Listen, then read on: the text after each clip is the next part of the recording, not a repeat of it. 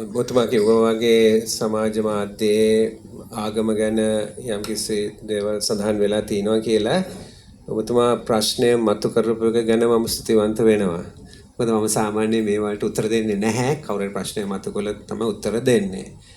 එතකොට මම පාසලේ හිටියා. හරිද? පාසලේ හොඳ පාසලට ගියේ නම කියන්නේ නැහැ. හරිද? ළමයි 35ක් පන්තියේ හිටියා. මට විතරයි බෞද්ධ නොවන පියෙක් හිටියේ. මම මේ පාසලේ ප්‍රධාන ශිෂ්‍ය නායකයා වුණා. මේ ප්‍රශ්නෙට අමනාප වෙන්නේ මගේ පාසලේ සහෝදරයෝ. මේ පාසලට අමනාප වෙන්නේ මගේ බිරිඳගේ පවුල. මොකද මගේ බිරිඳ උඩරට බෞද්ධ පවුලකින් විශාඛ විද්‍යාලේ ප්‍රධාන ශිෂ්‍ය නායිකාව. මම නෙමෙයි අමනාප වෙන්නේ ඔය ප්‍රශ්නවලට. ඒගොල්ලන් අමනාප වෙන්නේ. මම බැංකුවක් හැදුවා.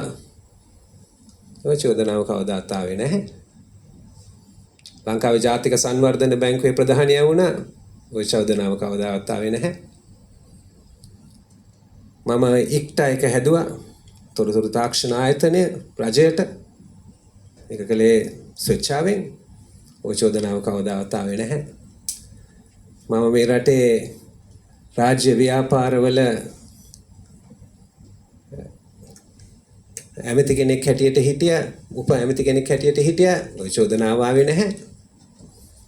මම මුදල් රාජ්‍ය ඇමති වෙලා හිටියා. ඔය චෝදනාව කවදාවත් ආවේ නැහැ.